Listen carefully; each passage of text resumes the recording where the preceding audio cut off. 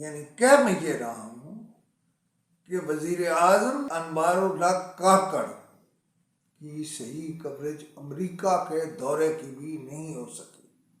اب army chief general Syed Asim Munir امریکہ کے دورے پر ہیں اور ان کی ایک ایک لمحے کی اور ایک ایک منٹ کی ایکٹیویٹی میں جنرل سید عاصم منیر سپہ سالار پاکستانی افواج امریکہ کے دورے پر ہیں، لیکن یہ اس دورے کی بھی صحیح کوریج نہیں کرا سکتے۔ لہذا آج 2 مہینے بعد یہ ثابت ہو گیا کہ یہ نالائق ہیں۔ جب میں نے اس ٹیم کے بارے میں کچھ کہا تھا تو کسی کو یقین نہیں تھا، اور یہ ملک کی 2 اہم ترین شخصیات کو ان کے شایانہ شان کوریج نہیں دلا سکے۔ میں چونکہ اپنے 50 سال کے قریب صحافتی تجربے کی روشنی میں یہ جانتا تھا کہ ان کی کیپیبلٹی اور کیپیسٹی نہیں ہے۔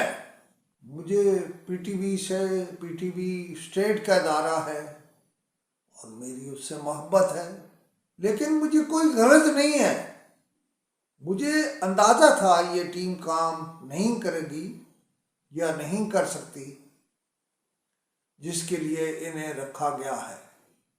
بالآخر انہیں اس ٹیم میں سے جناب ظہور احمد کو ہٹانا پڑا، جو یہ دعوے لگ رہے تھے کہ میں بالکل سارا منظر بدل دیا۔ ظہور احمد صاحب آپ نے ریڈیو پاکستان جیسے ادارے سے پاکستان کے پرائم منسٹر سے منسوب ایک ایسا پروگرام چلوایا جو شاید پاکستان کا وزیر اعظم خواب میں بھی نہیں سوچ سکتا کہ وہ اسرائیل کی حمایت کرے گا، اور ان حالات میں کرے گا۔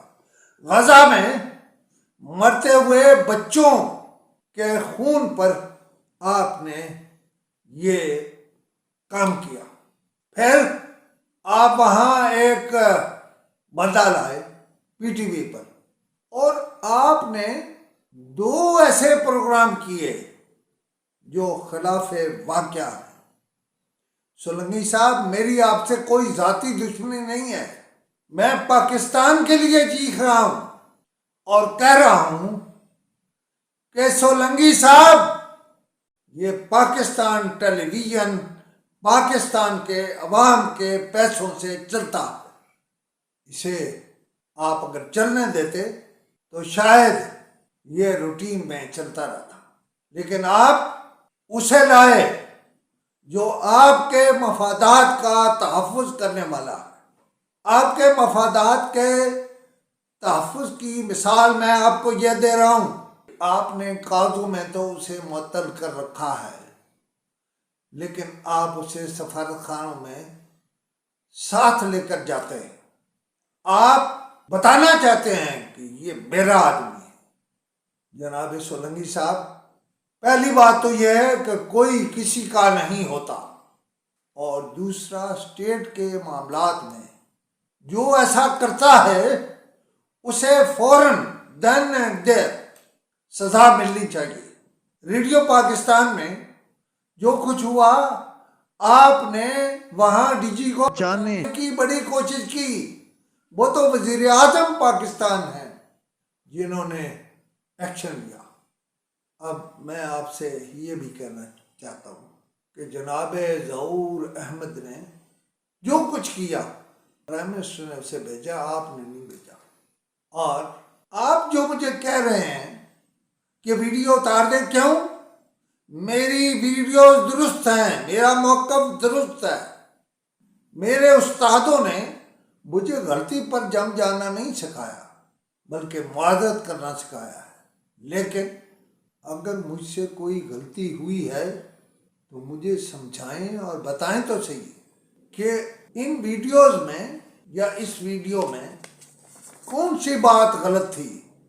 مجھے تو آج 2 مہینے بعد بھی مرتضیٰ سولنگی، ظہور احمد اور طارق محمود خان کی طرف سے کوئی وضاحت موصول نہیں ہوئی، حالانکہ میری ہر ویڈیو میں میرا موقف دینے کے لیے نمبر اور کھلی وضاحت موجود ہوتی ہے کہ اگر کسی کو اس حوالے سے کچھ کہنا ہے، موقف دینا ہے، تو وہ اس نمبر پر دے۔ جہاں تک اس بات کا تعلق ہے کہ یہ کام یعنی اطلاعات کا کام، وزارت اطلاعات کا کام انفارمیشن والے ہی کر سکتے